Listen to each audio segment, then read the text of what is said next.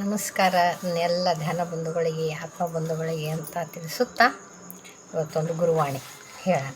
ಏನು ಹೇಳ್ತಾರೆ ಗುರುಗಳು, ನಾನು ಎಲ್ಲಿ ಸಿಕ್ಕಾಕೊಂಡಿದ್ದೀನಿ, ಹೇಗಿರಬೇಕು ಅಂತ ಏನು ತಿಳಿಸ್ತಾರಂತ ಗುರುಗಳು ನೋಡೋಣ. ಜೈ ಹೋ ಪತ್ರಿಜಿ, ಜೈ ಹೋ ಪತ್ರಿಜಿ ಅಂತ ಧನ್ಯವಾದಗಳನ್ನು ತಿಳಿಸುತ್ತಾ ಗುರುಗಳಿಗೆ ಥ್ಯಾಂಕ್ ಯು ಹೇಳ್ತಾ, ಯಾಕಂದ್ರೆ ಆನಂದದ ಜೀವನನ ದೊರಕಿಸಿಕೊಟ್ಟವರು ನಾವು ಪತ್ರಿಜಿ ಗುರುಗಳು.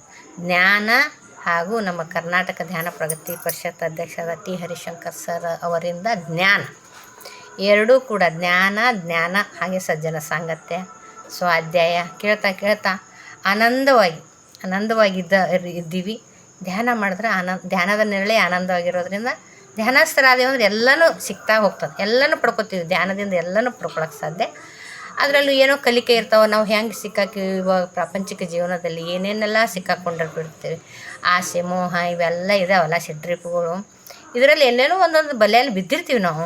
ಇದ್ದಿದೆಯಲ್ಲ, ಮನಸ್ಸು ಐತಿ, ಮತ್ತು ಮಾನವ ಜನ್ಮ ಹೊಂದಿದ್ದೀವಿ, ಇದು ಆಸೆಮಯ ಜೀವನ ಐತಿ. ಹೀಗಾಗಿ ಪ್ರಪಂಚದಲ್ಲಿರುವ ಜನರು ನಾನಾ ಥರ ಇರ್ತಾರೆ ಜನಗಳು. ಅವ್ರನ್ನ ನೋಡಿಬಿಟ್ಟು ಕಂಪ್ಯಾರಿಸನ್ ಮಾಡಿ ನನ್ನ ಆಸೆಗಳನ್ನು ಹೆಚ್ಚಿಗೆ ಮಾಡಿಕೊಂಡು ಎಷ್ಟು ನೋವು ಮಾಡ್ಕೊತಾ ಇರ್ತೀವಿ. ಇದು ಬೇಕಾ ಬೇಡ ಅಂತ ಗೊತ್ತಾಗಲ್ಲ, ಭ್ರಮಾತ್ಮಕದಲ್ಲಿ ಇರ್ತೀವಿ. ಅದಕ್ಕಾಗಿ ಈ ಧ್ಯಾನ ಮಾಡಿದ್ರೆ ಗೊತ್ತಾಗ್ತದೆ ಇದು ಯಾವ್ದು ಸತ್ಯ, ಯಾವುದು ಮಿಥ್ಯೆ ಐತಿ, ಯಾವ್ದು ಬರ್ತೈತೆ ನನ್ನ ಸಂಗಟ, ನಾನು ಹೇಗಿರಬೇಕು ಅನ್ನೋದು ಧ್ಯಾನ ಮಾಡಿದ್ರೆ ಬರ್ತೈತೆ, ಗೊತ್ತಾಗ್ತದೆ.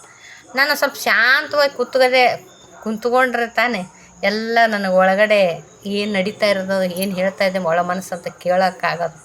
ನಾನೇ ಟ್ರಾಫಿಕ್ ಜಾಮ್ ಮಾಡ್ಕೊಂಡಿದ್ದೆ ಅಂದ್ರೆ ಹೊರಗಡೆ ಶಬ್ದ ಜಾಸ್ತಿ ಆಯ್ತಂದ್ರೆ ಯಾರು ಅದ್ರದ್ದು ಕೇಳಿಸಲ್ಲ. ಹಂಗೆ ಒಳ ಮನಸ್ಸು ಹೇಳೋದು ಕೇಳಿಸೋದಿಲ್ಲ. ಅದಕ್ಕಾಗಿ ನಾವು ಸ್ವಲ್ಪ ಶಾಂತವಾಗಿರ್ಬೇಕು, ಶಾಂತವಾಗಿ ಕೂಡೋದನ್ನು ಕಲಿಬೇಕು. ಅಷ್ಟು ನಮ್ಮ ವಯಸ್ಸು ಎಷ್ಟಿರ್ತದೆ ಅಷ್ಟು ಧ್ಯಾನಸ್ಥರಾಗಬೇಕು. ಆ ಧ್ಯಾನಸ್ಥರಾದ್ಮೇಲೆ ನಾನು ಹೀಗೆಲ್ಲ ಮಾಡಬೇಕು ಅನ್ನೋದು ಆ ನಿರ್ಧಾರಗಳನ್ನು ಹಾಗೆ ನಮ್ಮ ಮನಸ್ಸಲ್ಲಿ ನಾವೇ ನಿರ್ಧಾರ ತಗೋತೀವಿ. ಧೈರ್ಯ ಬರ್ತದೆ ಧ್ಯಾನದಿಂದ, ಭಯ ಹೋಗ್ತದೆ, ಆತ್ಮಸ್ಥೈರ್ಯ ಜಾಸ್ತಿ ಆಗ್ತದೆ. ಏನೆಲ್ಲ ಮಾಡಬಲ್ಲೆ, ನಾನು ಗೆಲ್ಲಬಲ್ಲೆ, ಈ ಪ್ರಪಂಚನ ಗೆಲ್ಲಬಲ್ಲೆ ಅನ್ನೋ ತಾಕತ್ತು ಧೈರ್ಯ ಶಕ್ತಿ ಎಲ್ಲಿಂದ ಬರ್ತದೆ? ಧ್ಯಾನದಿಂದ ಬರ್ತದೆ. ಈ ಧ್ಯಾನನ ಆನಾಪಾನಸತಿ ಧ್ಯಾನ ಅಮೃತ. ಅದಕ್ಕಾಗಿ ಎಲ್ಲರೂ ನಮ್ಮ ವಯಸ್ಸು ಎಷ್ಟಿರ್ತದೆ ಅಷ್ಟೇ ಹೇಳ್ಯಾರ ಗುರುಗಳು.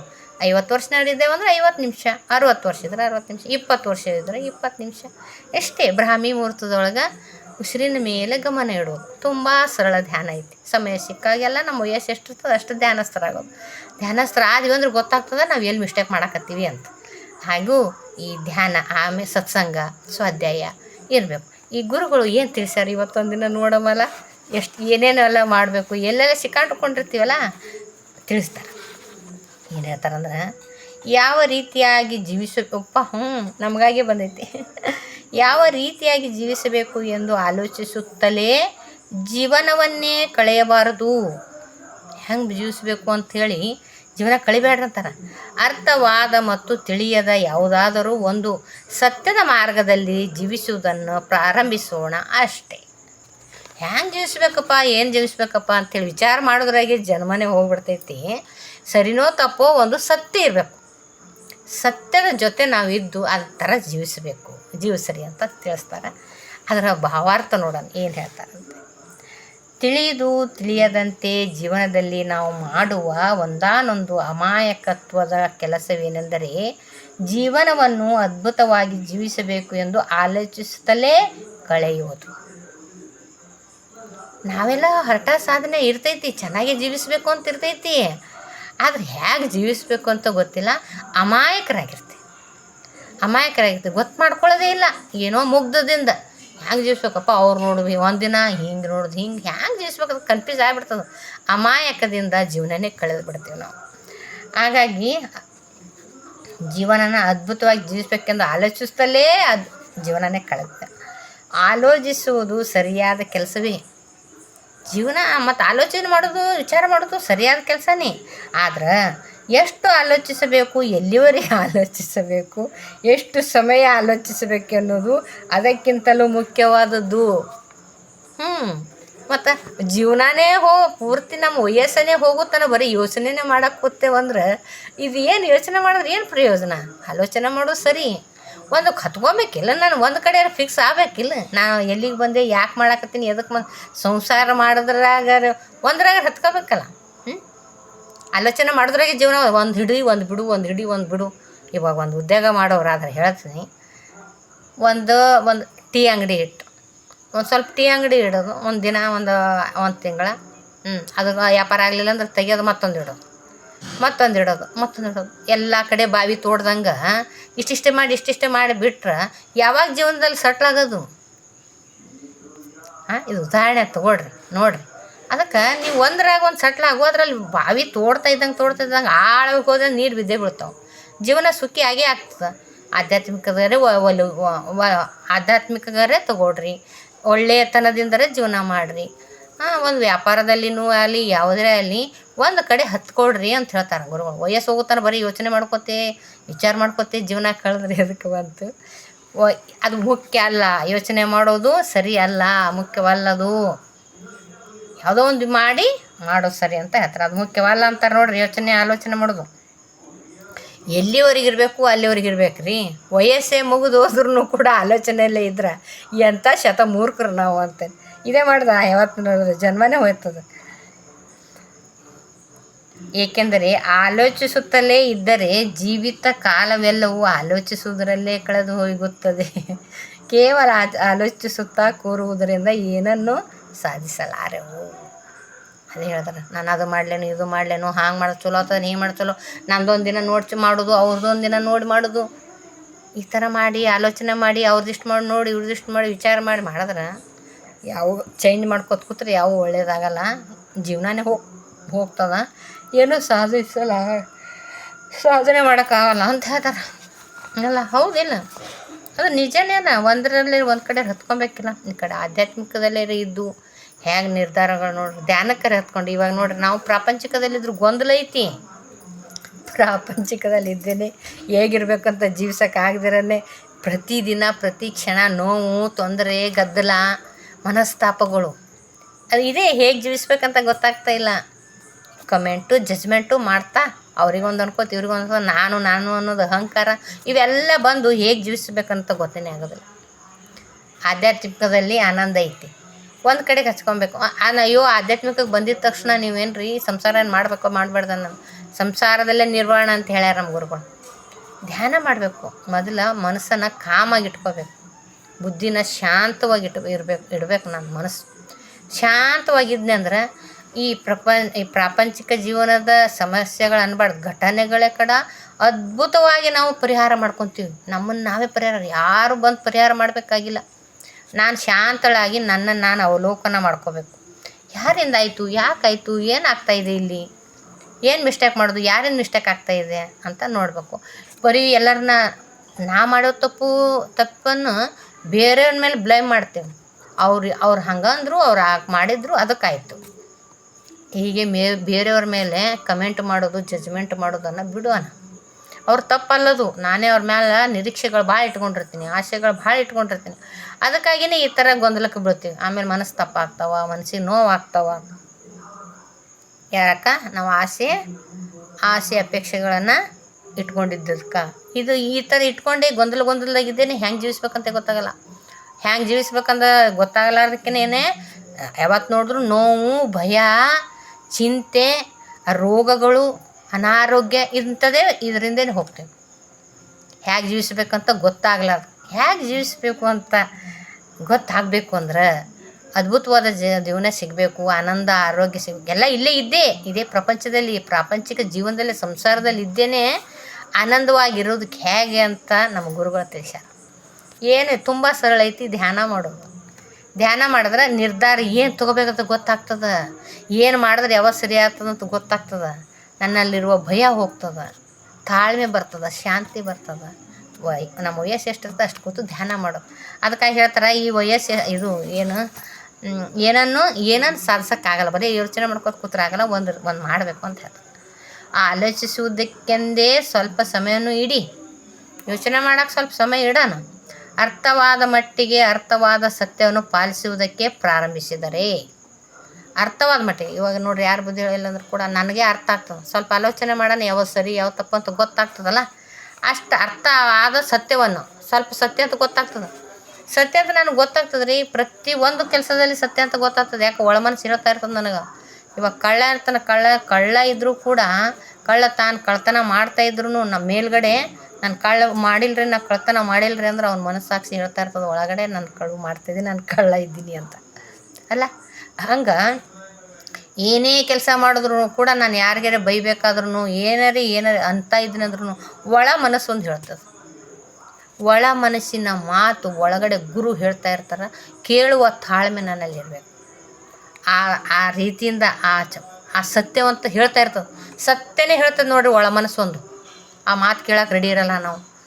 ಹಾಗೇನೂ ನಾನೇ ತಪ್ಪು ಮಾಡಿರ್ತೀನಿ, ನಾನೇ ಮಾಡಿರ್ತೀನಿ ಎಲ್ಲ ಅವ್ರಿಗೆ ಮಾತ್ರ ಅವ್ರಿಗೇನಂತಿರ್ತೀನಿ, ಬೈತಾ ಇರ್ತೀನಿ. ಬೇರೆಯವ್ರು ಮನೆಯವ್ರಿಗೆ ಅನ್ಕೊಡ್ರಿ, ಅವ್ರು ನೀವು ಮಾಡಿದ್ರೆ ಹಿಂಗೆ, ನೀವು ಹಂಗಂದ್ರಿ, ನೀವು ಹೀಗಂದ್ರಿ ಒಳ ಮನಸ್ಸು ಹೇಳ್ತದೆ, ನಾನು ಒಂದು ತಪ್ಪು ಮಾಡಿದ್ನಲ್ಲ, ಇವ್ರಿಗೆ ಅಷ್ಟ್ಯಾಕೆ ಬೈದೆ, ಆವಾಗ ನಂದು ಒಂದಿಷ್ಟು ತಪ್ಪಿತ್ತಲ್ಲ ಅಂಥೇಳಿ ಏನಲ್ಲ. ಬರೀ ಮನೆಯೊಳಗೆ ಬೇರೆಯವ್ರನ್ನೇ ಜಜ್ಮೆಂಟ್ ಮಾಡ್ಕೊತ ಬೈಕೊಂತಿರ್ತೀವಿ. ಆ ಒಳ ಮನಸ್ಸು ಹೇಳೋದನ್ನು ಕೇಳಲ್ಲ. ಆ ಸತ್ಯ ಇರ್ತದದು, ಸತ್ಯ ಹೇಳ್ತದದು. ಸತ್ಯವನ್ನು ಪಾಲಿಸಬೇಕು. ಏನು ಸತ್ಯ ಹೇಳ್ತದಲ್ಲ ಅದನ್ನು ಪಾಲಿಸ್ರಿ ಅಂತ ಹೇಳ್ತಾರೆ. ಅದರ ಮುಖಾಂತರ ಜೀವನ ಅದ್ಭುತವಾಗಿ ತಯಾರಾಗಿ ಮತ್ತಷ್ಟು ಸತ್ಯಗಳನ್ನು, ಮತ್ತಷ್ಟು ಅದ್ಭುತವಾದ ವಿಷಯಗಳನ್ನು ಪಾಲಿಸುವ ಶಕ್ತಿ, ಜ್ಞಾನ, ವಿವೇಕ ನಮಗೆ ಬರುವಂತಾಗುತ್ತದೆ. ಅರ್ಥ ಮಾಡಿಕೊಡ್ರಿ. ನಾ ಹೇಳಿದ್ನಲ್ಲ, ಒಂದು ಸತ್ಯನ ಅರ್ಥ ಮಾಡ್ಕೊಂಡೆ ಅಂದ್ರೆ ಆ ಸತ್ಯದ ಬೆನ್ನು ಹತ್ತಿದೇವಂದ್ರೆ ಎಲ್ಲ ಸತ್ಯಗಳನ್ನು ತಿಳಿತಾ ಹೋಗ್ತಾವ. ಅವ ಅದ್ಭುತವಾಗಿದೆ, ಎಲ್ಲ ತಿಳಿತಾ ಹೋಗ್ತಾವ. ನನಗೆ ಶಕ್ತಿ ಬರ್ತದೆ, ಜ್ಞಾನ ಬರ್ತದೆ, ವಿವೇಕ ಬರ್ತೈತಿ. ಏನು ಮಾಡಿದ್ರೆ ಒಂದು ಸತ್ಯ ಅದು. ಈ ಧ್ಯಾನ ಮಾಡಿದ್ರೆ ಎಲ್ಲ ಸಿಗ್ತದೆ ಅನ್ನೋದು ಗೊತ್ತದ ಅಂದಮೇಲೆ ಧ್ಯಾನ ಒಂದು ಮಾಡೋಣ.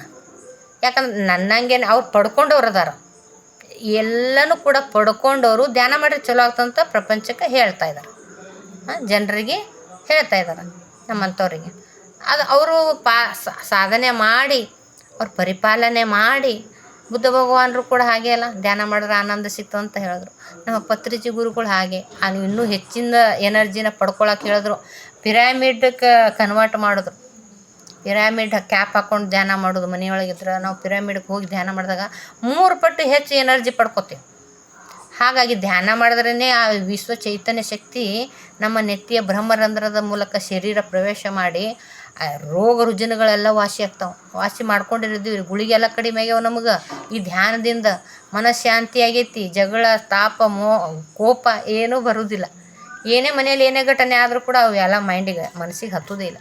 ಧ್ಯಾನ ಮಾಡಿದ ಮನಸ್ಸಿಗೆ ಹೊರಗಿಂದ ಏನಾರು ಗದ್ದಲ ಕೇಳಿಸೋದಿಲ್ಲ ಅಂತ ಹಂಗಾಗೈತಿ. ಹೊರಗೆ ಯಾರ್ಯಾಕೆ ಏನಾರು ಅನ್ನಲ್ರು, ನಮಗೇನು ಕೇಳಿಸೋದೇ ಇಲ್ಲ. ನಾವು ಅದನ್ನು ತಿಳ್ಕೊಳಕ್ಕೆ ಹೋಗಲ್ಲ, ಕೇಳಕ್ಕೆ ಹೋಗಲ್ಲ. ಅಂದ್ರೆ ಆಯ್ತು ಬಿಡು, ಯಾಕಿಲ್ಲ ಬಿಡು ಅಂತ ಬಿಟ್ಬಿಡ್ತೀವಿ. ಸರಳ ಸ್ವೀಕಾರ ಮಾಡ್ಕೊಳ್ಳೋ ಮನೋಭಾವ ಬಂದುಬಿಡ್ತದೆ ಧ್ಯಾನದಿಂದ.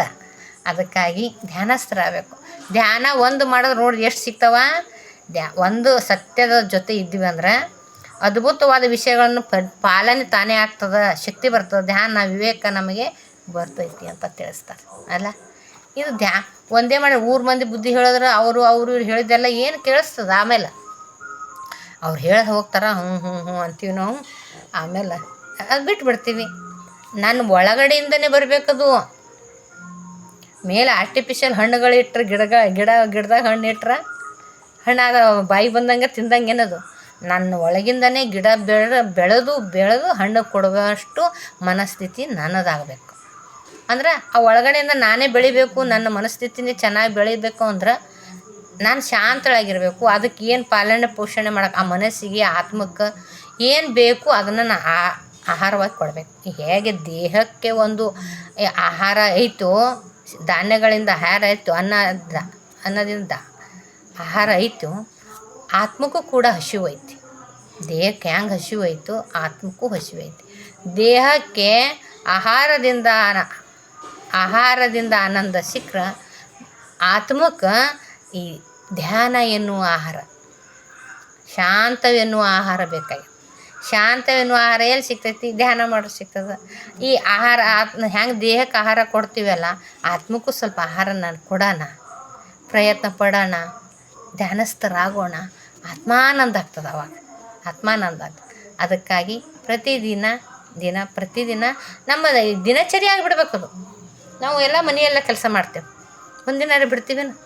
ಏನೇನೋ ಎಲ್ಲಿ ಹೋಗ್ತಿರ್ತೀವಿ, ಕಸ ಗುಡಿಸ್ತೀವಿ, ಸ್ನಾನ ಮಾಡ್ತೀವಿ, ಪೂಜೆ ಮಾಡ್ತೀವಿ, ಅಂಥದ್ದು ಮಾಡ್ತೀವಿ ಅಂತ ಎಲ್ಲ ಮಕ್ಕಳಿಗೆ ರೆಡಿ ಮಾಡಿ ಶಾಲೆಗೆ ಕಳಿಸ್ತೀವಿ. ನಾವು ಡ್ಯೂಟಿಗೆ ಹೋಗ್ತಾರೆ, ಮನೆಯೊಳಗೆ ನಮ್ಮ ಕೆಲಸ ನಾವು ಮಾಡ್ತೇವೆ. ನಮ್ಮ ಕೆಲಸ ಮಾಡೋ ಏನಾರು ಒಂದು ಬಿಡ್ತೀವೇನು? ಬಿಡಲ್ಲಲ್ಲ. ಹಾಗೇ ಧ್ಯಾನ ಕೂಡ ಹಾಗೆ. ಧ್ಯಾನನೂ ಅದೊಂದು ದಿನಚರಿಯಲ್ಲಿ ಅದರೊಂದು ನಮ್ಮದಲ್ಲಿ ಆ್ಯಡ್ ಮಾಡ್ಕೊಂಡ್ಬಿಡ್ಬೇಕು.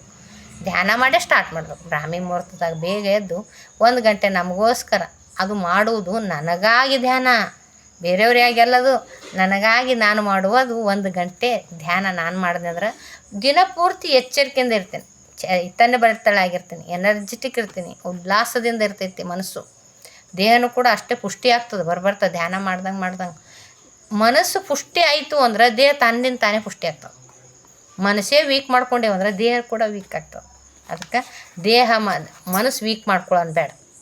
ಮನಸ್ಸು ಪ್ರಫುಲ್ಲ ಆಗಬೇಕು ಅಂದ್ರೆ ಧ್ಯಾನ ಮಾಡಬೇಕು. ಧ್ಯಾನ ಆದಾಗ ನನ್ನ ಮನಸ್ಸು ಪ್ರಫುಲ್ಲ ಆಗ್ತದೆ, ಆಮೇಲೆ ದೇಹ ಕೂಡ ಚೈತನ್ಯಭರಿತ ಆಗ್ತದೆ. ಈ ಚೈತನ್ಯಭರಿತರಾಗುವ ದೇಹ ಧ್ಯಾನನ ಮಾಡೋಣಲ್ಲ, ಎಲ್ಲ ಪಡ್ಕೊಳ್ಳೋಣಲ್ಲ. ಆನಾಪಾನಸತಿ ಧ್ಯಾನ ಮಾಡೋಣ. ಅದೇ ಆಲೋಚಿಸುತ್ತಾ ಕೂಡೋದು ಬೇಡ. ಯಾವುದೋ ಒಂದು ಸತ್ಯ ಐತಿಲ್ಲ, ಸತ್ಯದ ಜೊತೆನ ಅಳವಡಿಸಿಕೊಂಡು ನಾವು ಜೀವಿಸೋಣ. ಎಲ್ಲವೂ ಕೂಡ ಸಿಗ್ತದೆ ಅಂತ ಗುರುಗಳು ಕೂಡ ತಿಳಿಸ್ತಾಯಿದ್ರು. ಯಾವ್ಯಾವ ಸತ್ಯ ಸಿಗ್ತದೆ, ಏನೇನು ಸಿಗ್ತದೆ ಅಂತ ಧ್ಯಾನಸ್ಥರಾದ್ರೆ ಗೊತ್ತಾಗ್ತದೆ.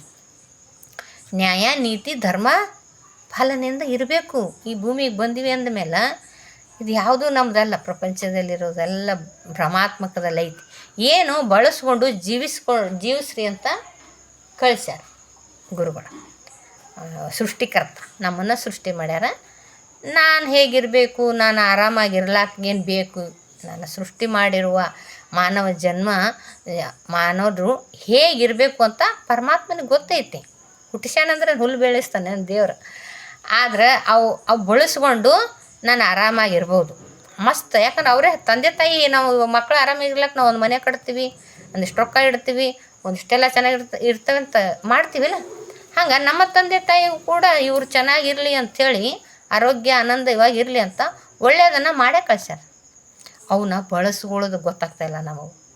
ಫ್ರೀ ಆಗ್ಯದವ ನೀರು, ಗಾಳಿ, ಭೂಮಿ, ಆಕಾಶ ಇದೆಲ್ಲ ಫ್ರೀ ಆಗೈತಿ. ನಮಗೆ ಅವಶ್ಯ ಆಗಿರೋದು ಇದೆ.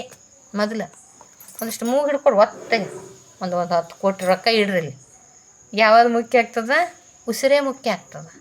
ನೀರು ಇಲ್ಲಾರ್ದಂಗಿರ್ರಿ. ಇಲ್ಲೊಂದು 5 ಕೋಟಿ ಇರಮ್ಮ, ನೀರು ಕುಡಿಯೋದೇ ಬೇಡ. ನಾವು 3 ದಿನ ಒಂದಿಷ್ಟು ದಿನ ಇರ್ತೀವೇನು? ಉಸಿರಿಲ್ಲಾರ್ದಂಗೆ ಇರ್ತೀವಿ, ನೀರಿಲ್ಲಾರ್ದಂಗೆ ಇರ್ತೀವಿ. ಇವೆಲ್ಲ ಫ್ರೀ ಅದಾವೆ. ಇವು ತೊಗೊಂಡು ಆರಾಮಾಗಿರಂತ ಗುರುಗಳ ಸೃಷ್ಟಿಕರ್ತ ಮಾಡಿ ಕಳ್ಸ್ಯಾನ. ನಾವು ಬೇರೆ ಮಾಡತ್ತೀವಿ. ಭ್ರಮಾತ್ಮಕ ಹಣ. ಎಲ್ಲಿ ಹಣ ಇಟ್ಟರಿಲ್ಲ ಅಂದ್ರೆ ಬ್ಲ್ಯಾಕ್ ಮನಿ, ವೈಟ್ ಮನಿ ಹೊರಗಿನ ದೇಶದಾಗ ಇಟ್ಟರು ಕೂಡ ಆನಂದ ಸಿಗ್ತಾಯಿಲ್ಲ ಜನರಿಗೆ. ಎಷ್ಟಂತ ದುಡ್ಡು ಮಾಡಿದ್ರು ಕೂಡ ಆನಂದ, ತೃಪ್ತಿನೇ ಇಲ್ಲ. ತೃಪ್ತಿ ಜೀವನನೇ ಜೀವಿಸಲಾಗ್ಯಾರ ಜನಗಳು. ತೃಪ್ತಿ ಪಡೋಕ್ಕೇನು ಇಷ್ಟೆಲ್ಲ ಬೇಕಾಗಿಲ್ಲ. ಕೋಟಿ ಬ್ಲ್ಯಾಕ್ ಮನಿ, ವೈಟ್ ಮನಿ ಏನೂ ಬೇಕಾಗಿಲ್ಲ. ತೃಪ್ತಿ ಪಡಬೇಕು ಅಂದ್ರೆ ಇದ್ದದ್ರಲ್ಲಿ ಖುಷಿ ಪಡುವುದು, ಅದನ್ನು ಕಲ್ಕೋಬೇಕು ನಾವು. ಯಾರೇ ಏನೇ ಅಂದರೂ ಕೂಡ ಸರಳ ಸ್ವೀಕಾರ ಮಾಡುವ ಮನೋಭಾವ ಬೆಳೆಸ್ಕೊಬೇಕು. ಎಲ್ಲರಿಗೂ ಒಬ್ರಿಗೆ ಹಣ ಇರ್ತೈತಿ, ಮಾನಸಿಕ ರೋಗ ಇರ್ತದೆ. ಅವ್ರು ಹಂಗಂತಾರೆ, ಇವ್ರು ಹಿಂಗಂತ. ಏನು ರೀ ಅವ್ರ ಮೂಗಿನರ್ಕ ಅವ್ರು ಮಾತಾಡ್ತಿರ್ತಾರೆ. ಅವ್ರ ಮನಸ್ಥಿತಿನೇ ಬೇರೆ, ನಮ್ಮ ಮನಸ್ಥಿತಿನೇ ಬೇರೆ. ಅವ್ರ ತಿಳುವಳಿಕೆನೇ ಬೇರೆ, ನಮ್ಮ ತಿಳುವಳಿಕೆ ಬೇರೆ. ಅವ್ರು ಯಾರು ನಮ್ಮ ಮನ್ನಣೆ ಗೌರವ ಕೊಡೋಕೆ ಯಾಕೆ ಬೇಕು ನಮಗೆ? ಅವ್ರ ಮನ್ನಣೆ ಗೌರವ ನಮಗೆ ಯಾಕೆ ಬೇಕು? ಗೌರವ ಕೊಟ್ಟೇ ಗುರುಗಳು ಸೃಷ್ಟಿಕರ್ತ ನಮ್ಮನ್ನ ಇಲ್ಲಿ ಕಳಿಸ್ಯಾರ. ಗೌರವ ಇಲ್ಲಾರ್ದ ಮಾನವ ಶ್ರೇಷ್ಠ ಜನ್ಮ ಐತೇನಾ? ಶ್ರೇಷ್ಠ ಜನ್ಮದ ಅಂತೇಳಿ ನಾವು ಭೂಮಿಗೆ ಬಂದೀವಿ. ಇಲ್ಲಾಂದ್ರೆ ನಾಯಿಯೋ ಹಂದಿಯೋ ಆಗಿಬಿಡ್ತಿದ್ದೆವು. ಹೌದಲ್ಲ? ಈ ಶ್ರೇಷ್ಠತೆಯನ್ನು, ಈ ಗೌರವನ ನನಗೆ ಹುಟ್ಟಿಸಿದ ಪರಮಾತ್ಮ ನನ್ನ ತಂದೆನೇ ಸೃಷ್ಟಿಕರ್ತನೇ ಕೊಟ್ಟಿರುವಾಗ ಯಾರಿಂದನೂ ಅವರು ಅಣ್ಣ ತಮ್ಮ ಅವರು ಕ್ಷುಲ್ಲಕ ನಯಾ ಪೈಸೆದವರು ಗೌರವ ನಮಗೆ ಯಾಕೆ ಬೇಕು? ಅವ್ರಿಗೆ ಅವ್ರ ಜೀವನ ಮಾಡೋದು ಅವ್ರಿಗೆ ಗೊತ್ತಾಗಲ್ಲ. ನಮಗೆ ಅವ್ರಿಗೆ ಕಂಪ್ಯಾರಿಸನ್ ಮಾಡಿದ್ರೆ ಅವ್ರಿಗೆ ಯಾರೋ ನಾವು ಇನ್ನೊಬ್ಬರು ನಂಬಿ ಅವಲಂಬನೆ ಮಾಡಿಕೊಂಡು ನಮ್ಮ ಜೀವನ ಕೊರಗಿಸ್ತಾ ಇರ್ತಾರಲ್ಲ. ಅವರಿಂದ ಅಣ್ಣ ಮಕ್ಕಳು ನೋಡಲಿಲ್ಲ, ಸೊಸೆ ನೋಡಲಿಲ್ಲ, ಮತ್ತು ಆಮೇಲೆ ಹೆಣ್ಮಕ್ಳು ನೋಡಲಿಲ್ಲ, ಹಳೆಯಂದ್ರೆ ನೋಡಲಿಲ್ಲ, ಅಣ್ಣ ನೋಡಲಿಲ್ಲ, ತಮ್ಮ ಲಾಪ ನೋಡಲಿಲ್ಲ ಅಂತೇಳಿ ನಮ್ಮನ್ನ ಮಾತಾಡ್ಸಲ್ಲ ಅಂತೇಳಿ ಗೋಳಾಡ್ತಿರಲ್ಲ. ಗೋಳಾಡೋರು ಯಾರವರು? ಅವ್ರ ಜೀವನನೇ ಅವ್ರಿಗೆ ನೆಟ್ಟಗೆ ಮಾಡೋಕ್ಕೆ ಬರಲ್ಲ. ನಮ್ಮನ್ನು ಮಾತಾಡಿಸಿ ನಮ್ಮನ್ನು ನೋಡಿ ಏನು ಮಾಡ್ತಾರೆ ಅವರು? ಸಹಾಯ. ಅವ್ರ ಜೀವನ ಅದ್ಭುತವಾಗಿತ್ತು ಅಂದ್ರೆ ಏನಾರ ನಮಗೊಂಚೂರು ಸಹಾಯ ಮಾಡ್ತಾರಪ್ಪ. ಅವ್ರದ್ದೇ ಹದಗೆಟ್ಟುವಾಗ ಏನು ಹೇಳ್ತಾರೆ, ಅವ್ರದೇ ಅಜ್ಞಾನಿಗಳಿದ್ದಾರೆ. ಆಲ್ರೆಡಿ ನಮ್ಗೆ ಏನು ಬುದ್ಧಿವಾದ ಹೇಳಿ ನಮ್ಮನ್ನು ಉದ್ಧಾರ ಮಾಡೋರು ಅವರು. ಹಾಗಾಗಿ ಯಾರಿಂದ ನಾವು ಎಕ್ಸ್ಪೆಕ್ಟ್ ಮಾಡತ್ತೀವಿ ನೋಡ್ರಿ, ಮನ್ನಣೆ, ಗೌರವ, ನಯ ಪೈಸೆ ಜನರಿಂದ, ಏನಕ್ಕೂ ಬರಲಾರ್ದ ವ್ಯರ್ಥ ಜನರಿಂದ ಅನವಶ್ಯ ವಿಷಯಗಳು, ಅನವಶ್ಯ ಮಾತುಗಳು ಇವೆಲ್ಲ ಬೇಕಾ? ನನ್ನ ನೋವಿಗೆ ಕಾರಣ ಆಗ್ತಾವ, ನನ್ನ ಮನಸ್ಸಿಗೆ ಗೊಂದಲ ಆಗ್ತದೆ, ಆಮೇಲೆ ಮಾನಸಿಕ ಆಗ್ತದೆ. ಯಾರಿಂದ ಮಾನಸಿಕ ಮಾಡ್ಕೊಳಕತ್ತೀವಿ ನಾವು? ಅನವಶ್ಯ ಜನರಿಂದ. ಅವ್ರ ಮನ್ನಣೆ, ಅವ್ರ ಗೌರವ ಬೇಕಾಗಿಲ್ಲ, ಅವ್ರಿಗಿಲ್ಲ. ಅವ್ರದ್ದೇ ಅವ್ರಿಗೆ ಆ ಮನ್ನಣೆ ಗೌರವ ಯಾರೋ ಕೊಡೋಕ್ಕ ಇಲ್ಲ. ನಮಗಿಂತ ಏನೋ ಕೀಳಾಗಿ ಇರ್ತಾರಂದ್ಮೇಲೆ ಅವರಿಂದ ನಾವು ಏನು ಎಕ್ಸ್ಪೆಕ್ಟ್ ಮಾಡೋದತ್ತೆ ಅಲ್ಲ.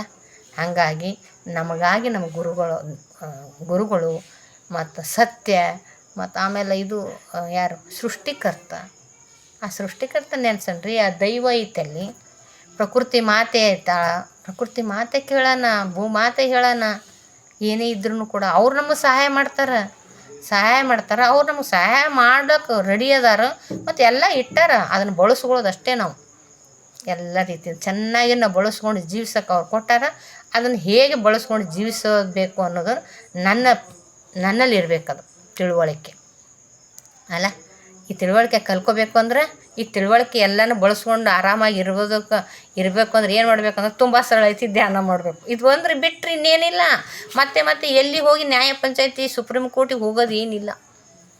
ಅಪ್ಪನ ಕೇಳೋ, ಅವನ ಕೇಳೋ, ಮುತ್ತನ ಕೇಳೋ ಏನೂ ಇಲ್ಲ. ನ್ಯಾಯ ಎಲ್ಲಿ ಸಿಗಲ್ಲ. ಈ ಆನಂದ ಎಲ್ಲಿ ಸಿಗಲ್ಲ. ಧ್ಯಾನ ಮಾಡಿದ್ರೆ ಎಲ್ಲ ಸಿಕ್ಬಿಡ್ತವೆ. 1 ಗಂಟೆ ಅಷ್ಟೇ ನನಗಾಗಿ ಮಾಡೋದದು.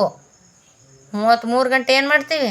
ಬೇರೆಯವರಿಗಾಗಿ ಗಂಡ, ಮನೆ, ಮಕ್ಕಳು, ರೊಕ್ಕ, ಹಣ, ಅಡುಗೆ ಮಾಡಿದೆ, ಅದು ಮಾಡಿದೆ, ರೊಕ್ಕ ಗಳಿಸೆ, ಮನೆ ಕಟ್ಟಿದೆ. ಮಕ್ಕಳು ಬೇರೆಯವರಿಗೆ ಮಾಡೋದು, ಮಕ್ಕಳಿಗಾಗಿ ಮಾಡೋದು, ಗಂಡನಿಗಾಗಿ ಮಾಡೋದು. ಎಷ್ಟದ ಅದು ಕರ್ತವ್ಯ ಅಂತೂ ಮಾಡೋಣ, ಬೇಡ ಅನ್ನಲ್ಲ. ಅತಿಯಾಗಿ ಅವಲಂಬನೆ ಹಚ್ಕೊಂಡು ಜೀವ ಹೋಗೋ ತನಕನೂ ಮಾಡೋದ. ಇವಾಗ ಹಂಗಾಗೈತಿ. ನೀವು ಏನು ಜೀವನ ಮಾಡ್ತಾಯಿದ್ದಾರೆ ಅನ್ನೋ ಬದುಕಲಿಕ್ಕೆ ದಿನ ಸಾಯ್ತಾ ಇದ್ದಾರೆ. ಬದುಕುವುದಕ್ಕೆ ದಿನ ಸಾಯ್ದು ಹೆಂಗೆ? ಹಗಲ ರಾತ್ರಿ ಏಕಟ್ಟೆ ಜೀವ, ಹಗಲ ರಾತ್ರಿ 2 ಡ್ಯೂಟಿ ಮಾಡೋದು. ಮತ್ತು ಇವ್ರು ಯಾಕೆ ಬದುಕಬೇಕು? ಇಷ್ಟೊಂದು ಹೈರಾಣಾಗಿ 2 ಕಡೆ ಡ್ಯೂಟಿ ಮಾಡ್ತಿದ್ರು. ಪುರ್ಸತ್ತೇ ಇಲ್ಲ ಡ್ಯೂಟಿ ಮಾಡಿ ಉಣ್ಣಕ್ಕೆ ಪುರ್ಸತ್ತಿಲ್ಲ. ಅರ್ಧ ರಾತ್ರಿ ಶರೀರ ಏನು ಸೆಟ್ಟಿಂಗ್ ಆಗೈತಿ, ರಾತ್ರಿ ಮಲ್ಕೊಂಡು ಸೃಷ್ಟಿಕರ್ತ ಕತ್ಲಾದ್ಮೇಲೆ ಕಣ್ಣು ಮುಚ್ಚಬೇಕು, ಹಗಲತ್ತಾದ್ಮೇಲೆ ಕಣ್ಣು ತೆಗಿಬೇಕು. ಇವಾಗ ಏನು ಮಾಡ್ತಾಯಿದ್ದಾನೆ? ಹಗಲು ರಾತ್ರಿ 2 ಕಣ್ಣು ತಕ್ಕೊಂಡು ಜೀವನ ಮಾಡ್ತಾಯಿದ್ದಾನೆ. ಮತ್ತು ಈ ಥರ ಜೀವನ ಮಾಡಿ, ಈ ಥರ ದುಡಿದು ಯಾರಿಗೆ ಮಾಡಿರ್ತಾರೆ? ಒಯ್ತಾರೆ ನಮ್ಮ ಮ್ಯಾಲಂತೂ ತೊಗೊಂಡು ಹೋಗೋಕ್ಕಾಗಲ್ಲ, ವಾಪಸ್ ಕಳಿಸ್ತಾನೆ. ಬಟ್ಟೆನೂ ಹರ್ಕೊಂಡು ಇಲ್ಲೇ ಬಿಟ್ಟು ಹೋಗ್ತಾರೆ. ಅವ್ರನ್ನೂ ಕೂಡ ಇಟ್ಕೊಳ್ಳಲ್ಲ, ಅಲ್ಲಿ ಕರ್ಕೊಳ್ಳೋದಿಲ್ಲ. ಏನು ಕಾಲಿಗೆಯಲ್ಲಿ ಹೋಗ್ಬೇಕಷ್ಟೇ. ನಾವು ಕಾಲಿಗೆಯಲ್ಲಿ ಬಂದಿನಿ, ಕಾಲಿಗೆಯಲ್ಲಿ ಹೋಗ್ಬೇಕು. ಈ ಹರಸಾಸನ ಅರ್ಧ ರಾತ್ರಿನೂ ಕೂಡ. ಇವಾಗ ಹಗಲು ಡ್ಯೂಟಿ, ರಾತ್ರಿನೂ ಡ್ಯೂಟಿ, AC ಮುಂದೆ. ಹೊರಗಡೆ ಏನು ನಡೆದದಂತ ಗೊತ್ತಿಲ್ಲ ಜನಗಳಿಗೆ. ಈ ಥರ ಹೇಗೆ? ಹಾಗಾಗಿ ಭಾಳ ಮೂರ್ಖರಾಗ್ತಾಯಿದ್ದೀವಿ, ಮೋಸ ಹೋಗ್ತಾಯಿದ್ದೀವಿ ನಾವು. ಯಾವಕ್ಕ? ಈ ಭ್ರಮಾತ್ಮಕದಲ್ಲಿ ಬಿದ್ದು ನಾ ಎದಕ್ಕೆ ಬಂದೀನಿ, ಎದಕ್ಕೆ ಹೋಗಿನಿ ಅನ್ನೋದೇ ಮರ್ತೇ ಹೋಗೈತೆ. ಯಾಕೆ ಬೇಕು ಇವೆಲ್ಲ? ಎಷ್ಟು ಬೇಕು ಅರ್ಥ ಮಾಡ್ಕೋಬೇಕ್ರಿ. ಸ್ವಲ್ಪ ನಮ್ಮದು ತಲೆ ಖರ್ಚು ಮಾಡ್ಬೇಕು, ಸ್ವಲ್ಪ ಬುದ್ಧಿ ಕೆಲಸ ಕೊಡಬೇಕು. ಎಲ್ಲವೂ ರೆಡಿಮೇಡ್ ಎಷ್ಟೊಂತ ರೆಡಿಮೇಡ್. ಎಲ್ಲರಿಂದ ಬುದ್ಧಿ ಕೇಳೋದು. ಗೂಗಲ್ ಗುರುಗಳು ಬಂದುಬಿಟ್ರೆ ತೆಲಿಗೂ ಕೂಡ ಏನು ವ್ಯವಹಾರ ಮಾಡೋಕ್ಕೂ ಕೂಡ ಇವಾಗ 2 ಎಷ್ಟು ಅಂತ ಹೇಳಿದ್ರೆ ಪಟ್ಟಣ 4 ಅಂತ ಹೇಳಕ್ಕೆ ಬರಲ್ಲ. ಗೂಗಲ್ ಗುರುಗಳು ಹುಡುಕ್ತಾರೆ. ಅಲ್ಲಿಗೆ ಅವಲಂಬನೆ ಆಗಿಬಿಟ್ಟಾರ, ಅಡಿಕ್ಟ್ ಆಗಿಬಿಟ್ಟಾರ. ಎಲ್ಲ ಕಂಪ್ಯೂಟರ್ಗೆ, ಮೊಬೈಲಿಗೆ ಅಡಿಕ್ಟಾರ. ಬುದ್ಧಿ ಓಡಿಸ್ತಾ ಇಲ್ಲ ಅವರು. ಬುದ್ಧಿ ಓಡಿಸಲಾದಕ್ಕೆ ಶತಮೂರ್ಖರ ಥರ ಮಾತಾಡೋದು, ಶತಮೂರ್ಖರ ಥರ ಸಿಟ್ಟು, ಕೋಪ, ತಾಪ ಮಾಡ್ತಾರೆ. ಬುದ್ಧಿ ಕೆಲಸ ಕೊಡ್ಬೇಕು ಸ್ವಲ್ಪ. ಬುದ್ಧಿ ಕೆಲಸ ಅಂದ್ರೆ ಬಾವಿ ನೀರು ನೋಡ್ರಿ. ಬಾವಿ ನೀರು ತೆಗಿತಾ ಇದ್ದಂಗೆ ಮತ್ತೆ ಬೆಳೀತಾ ಇರ್ತಾವೆ, ನೀರು ಬರ್ತಾ ಇರ್ತಾವೆ. ನಾವು ಹೆಂಗೆ ಬಾವಿ ನೀರು ತೊಗೋತೀವಿ ಹಂಗೆ ನೀರು ಬರ್ತಾವೆ.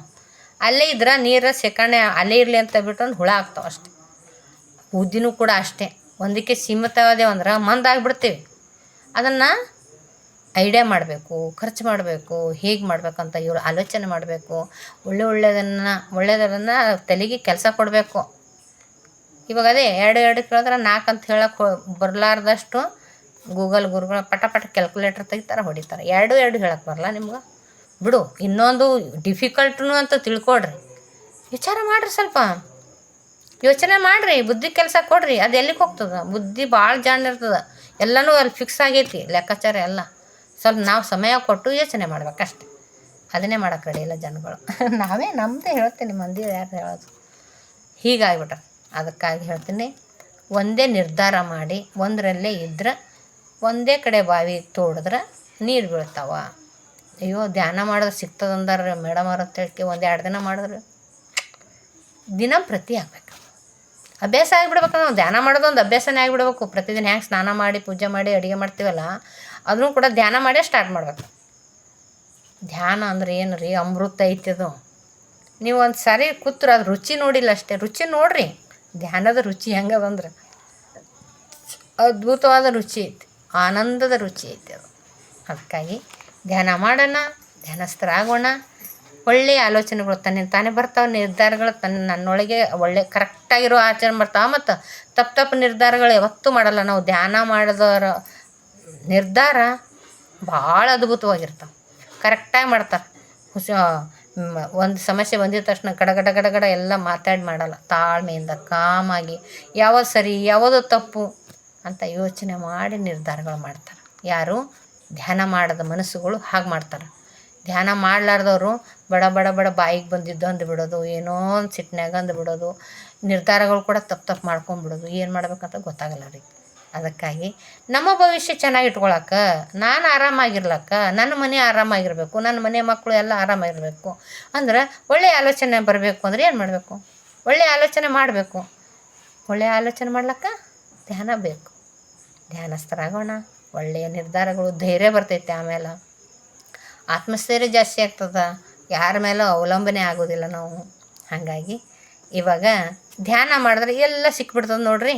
ಅದಕ್ಕಾಗಿ ಹೇಳ್ತೀನಿ, ಗುರುವಾಣಿಯ ಮೂಲಕ ಈ ಧ್ಯಾನ ಒಂದರಲ್ಲೇ ಸತ್ಯದ ಜೊತೆ ನಾನು ಇದ್ನಂದ್ರೆ ಆರಾಮಾಗಿರ್ತೀನಿ. ಅದೊಂದೇ ಪರಿಪಾಲನೆ ಮಾಡಬೇಕು ಅಂತ ಗುರುಗಳು ಕೂಡ ತಿಳಿಸ್ಯಾರ. ಅದಕ್ಕಾಗಿ ಪ್ರತಿದಿನ ಧ್ಯಾನಸ್ಥರಾಗೋಣ. ಆಯುಷ್ಯ, ಆರೋಗ್ಯ, ಆನಂದ, ಐಶ್ವರ್ಯ ಎಲ್ಲ ಸಿಗ್ತದೆ. ಅದನ್ನು ಧ್ಯಾನಸ್ಥರಾಗಿ ಮಾಡೋಣ. ಒಳ್ಳೆಯ ಸಂಸಾರನೂ ಕೂಡ ಚೆನ್ನಾಗಿ ನಡೀತದೆ ಅಂತ ಹೇಳಕ್ಕೆ ಇಷ್ಟಪಡ್ತೇನೆ. ಆನಂದವಾಗಿ, ಶಾಂತವಾಗಿ, ಏನು ಯಾವುದೂ ಬಿಡ್ತದ ನಡೆಯಲ್ಲಪ್ಪ ಅನ್ನಂಗಿಲ್ಲ. ಎಲ್ಲ ನಡೀತದೆ, ಮಸ್ತ್ ನಡೀತದೆ. ಮೊದಲಿನಕ್ಕಿಂತ ಧ್ಯಾನ ಮಾಡಲಾರ್ದ ಮನಸ್ಸಿನ ಹಿಂದಿರ್ತೀವಲ್ಲ ನಾವು, ಆವಾಗಿನಕ್ಕಿಂತಲೂ ಧ್ಯಾನ ಮಾಡೋದ ಮೇಲೆ ಧ್ಯಾನಸ್ಥರಾದೀವಂದ್ರೆ ಸಂಸಾರ ಭಾಳ ಅದ್ಭುತವಾಗಿರ್ತದೆ. ಸ್ವರ್ಗ ಸುಖ ಆಗ್ತದೆ, ಸ್ವರ್ಗ ಅನ್ನಿಸ್ತಾ ಹೋಗ್ತದೆ ಮನೆ. ಅದಕ್ಕಾಗಿ ಎಲ್ಲರೂ ಧ್ಯಾನಸ್ಥರಾಗೋಣ, ಧ್ಯಾನ ಮಾಡಿರಿ ಅಂತ ತಿಳಿಸ್ತೀನಿ. Okay, yes, thank you. ಮತ್ತು ವಿಡಿಯೋನ ಲೈಕ್ ಮಾಡಿರಿ, ಸಬ್ಸ್ಕ್ರೈಬ್ ಆಗಿರಿ, ಶೇರ್ ಮಾಡಿರಿ ಇನ್ನೊಬ್ರಿಗೆ. ಏನೋ ಒಂಚೂರು ನಾನು ಒಬ್ಬೊಬ್ಬರಿಂದ ಒಬ್ಬೊಬ್ಬರಿಗೆ ಜ್ಞಾನೋದಯ ಆಗ್ತಾ ಇರ್ತೈತೆ. ಅದು ಯಾರಿಗೆ ಆಗ್ತದೋ ಅಂತ ಹೇಳೋಕ್ಕಾಗಲ್ಲ. ಇನ್ನು ನಮ್ಮಿಂದ ಹೌದಿಲ್ಲ ಈ ಥರ ಇತ್ತಲ್ಲ ಅಂಥೇಳಿ ಒಬ್ರೊಬ್ಬರು ಅದರಿಂದನೇ ಉದ್ಧಾರ ಆಗೋರು ಇರ್ತಾರೆ. 4 ಜನಕ್ಕೆ ತಿಳಿಸೋಣ, ನಮಗೇನು ಲಾಭ ಬೇಕಾಗಿಲ್ಲ. 4 ಜನ ಆಯುಷ್ಯ, ಆರೋಗ್ಯ, ಆನಂದದಿಂದ ಇರಲಿ. ಇಂಥದ್ದು ಐತಿ, ಇಲ್ಲೈತಿ, ಬನ್ನಿರಿ, ಊಟ ಮಾಡಿರಿ, ಈ ಥರ ಧ್ಯಾನ ಮಾಡಿರಿ, ಆರೋಗ್ಯನ ಪಡ್ಕೊಳ್ರಿ, ಆನಂದನ ಪಡ್ಕೊಳ್ರಿ ಅನ್ನುವ ಹಂಬಲ ನಂದು ಅಷ್ಟೇ. ಯಾಕಂದ್ರೆ ನಾನು ಅದನ್ನು ಮಾಡಿ ಆನಂದದ ಸ್ವರ್ಗ ಜೀವನ ನಡೆಸ್ತಾ ಇದ್ದೀನಿ. ಅದಕ್ಕಾಗಿ ನಮ್ಮೂರಿನ ಜನರಾಗಲಿ, ಯೂಟ್ಯೂಬಲ್ಲಿ ನೋಡೋರಾಗಲಿ, ಯಾರಾದರೂ ಒಬ್ಬರು ನೋಡ್ತಾ ಇದ್ರೆ ಅದರ ಪರಿಪಾಲನೆ ಇರಲಿ ಅಂತ ಹೇಳೋಕ್ಕೆ ಇಷ್ಟಪಡ್ತೀನಿ. Okay, yes, thank you. Share ಮಾಡಿರಿ ಒಬ್ರಿಗೊಬ್ರು.